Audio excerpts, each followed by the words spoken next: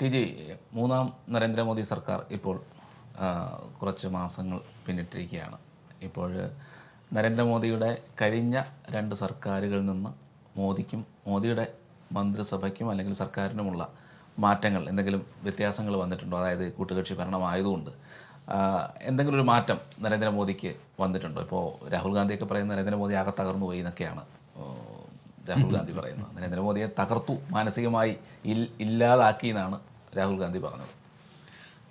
അതെ, ഈ long term വാറിൽ ചിലപ്പോൾ നമ്മൾ ഒരു സ്റ്റെപ്പ് പുറകോട്ടെടുക്കും. എനിക്കും ഇത് തോന്നിയിട്ടുണ്ട്. ഈ തെരഞ്ഞെടുപ്പ് കഴിഞ്ഞ് 240 സീറ്റായി കഴിഞ്ഞപ്പോൾ മോദി ഒരല്പം മയപ്പെട്ടു. പുള്ളിയുടെ പ്രസംഗം വളരെ കുറഞ്ഞു. ഇപ്പോൾ അധികം മോദി പ്രസംഗിക്കാറില്ല, കണ്ടിട്ടുണ്ടോ? ഇന്ത്യക്കുള്ളിൽ പ്രസംഗം കുറവാണ്, അമിത്ഷായുടെ പ്രസംഗം കുറവാണ്. പക്ഷേ ഇതിൻ്റെ കാരണം ഞാൻ അന്വേഷിച്ചു. മോദി ചെയ്തത് ഈ ഡിസ്ട്രിബ്യൂട്ടഡ് ഡിജിറ്റൽ കൺട്രോൾ എന്ന എഞ്ചിനീയറിങ്ങിലൊരു പ്രയോഗമുണ്ട്. ഈ ഫോഴ്സ് കൺട്രോൾ ഡിസ്ട്രിബ്യൂട്ട് ചെയ്യുക, ഈ പരിപാടിയാണ് ചെയ്തിരിക്കുന്നത്. ഇത് ഞാൻ അന്വേഷിക്കാൻ കാര്യം എന്താണെന്ന് വെച്ചാൽ, ഉത്തർപ്രദേശിൽ വലിയൊരു വാഗ്വാദം നടന്നു. അഖിലേഷ് യാദവും യോഗി ആദിത്യനാഥ്. അഖിലേഷ് യാദവ് പറഞ്ഞു, യോഗി ഒരു കാര്യം ചെയ്യും, BJP നിന്ന് മാറി വേറൊരു പാർട്ടി ഉണ്ടാക്കുക, ബുൾഡോസർ ചിഹ്നമാക്കുക, എന്നിട്ട് ഞാനുമായിട്ട് മത്സരിക്കും, ഞാൻ കാണിച്ചു തരാം. തപ്പെന്നായിരുന്നു യോഗിയുടെ മറുപടി. യോഗി പറഞ്ഞു, ബുൾഡോസർ ഓടിക്കാൻ നല്ലൊരു ഹൃദയത്തിൽ ശക്തി വേണം, അല്ലാതെ വെറുതെ വാചകടി കൊണ്ട് പറ്റില്ല. അങ്ങനെ 1ഉം 2ഉം പറഞ്ഞ് ഓരോ ദിവസവും തമ്മിൽ അങ്ങോട്ടും ഇങ്ങോട്ടും കുത്തും. വലിയ വാഗ്വാദമാണ് അവിടെ നടക്കുന്നത്.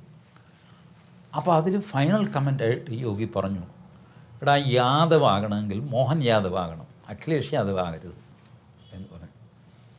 അപ്പോഴാണ് ഞാൻ നോക്കി, മോഹൻ യാദവ് മധ്യപ്രദേശിലെ മുഖ്യമന്ത്രിയാണ്. മോഹൻ യാദവ് എടുത്ത് നോക്കിക്കഴിഞ്ഞപ്പോഴാണ് മധ്യപ്രദേശിൽ ബുൾഡോസറിൻ്റെ കളിയാണ്. മുൻപിൻ നോക്കാതെ മോഹൻ യാദവ് ബുൾഡോസർ പ്രയോഗിക്കുന്നു, ഉത്തർപ്രദേശിനേക്കാൾ എത്രയോ കൂടുതൽ. അതിനെ ചൊല്ലിയാണ് ഒരു മുസ്ലിം ഗ്രൂപ്പ് ഓടി സുപ്രീം കോടതിയിൽ പോയിട്ട് അവർക്ക് വിധി കിട്ടിയെന്നൊക്കെ പറഞ്ഞു. സുപ്രീം കോടതി പറഞ്ഞു, ഞങ്ങൾ ഗൈഡ് ലൈൻ പുറപ്പെടുവിക്കും.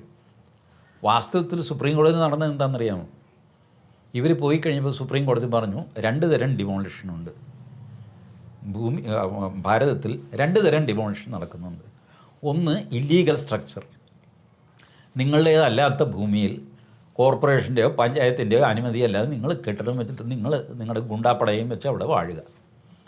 അത് സ്റ്റേറ്റ് ഗവൺമെൻറ് ബുൾഡോസ് ചെയ്യുക. ഇത് ഒരു ഡിമോളിഷൻ. വേറൊന്ന്, നിങ്ങളുടെ വീടിരിക്കുന്ന സ്ഥലം ഒരാവശ്യത്തിന് ഗവൺമെൻറ് ഏറ്റെടുക്കുക. നിങ്ങൾ ഗവൺമെൻറ് ഏറ്റെടുത്തു, നിങ്ങൾക്ക് കാശും കിട്ടി, നിങ്ങൾ ഒഴിഞ്ഞു പോകുന്നില്ല.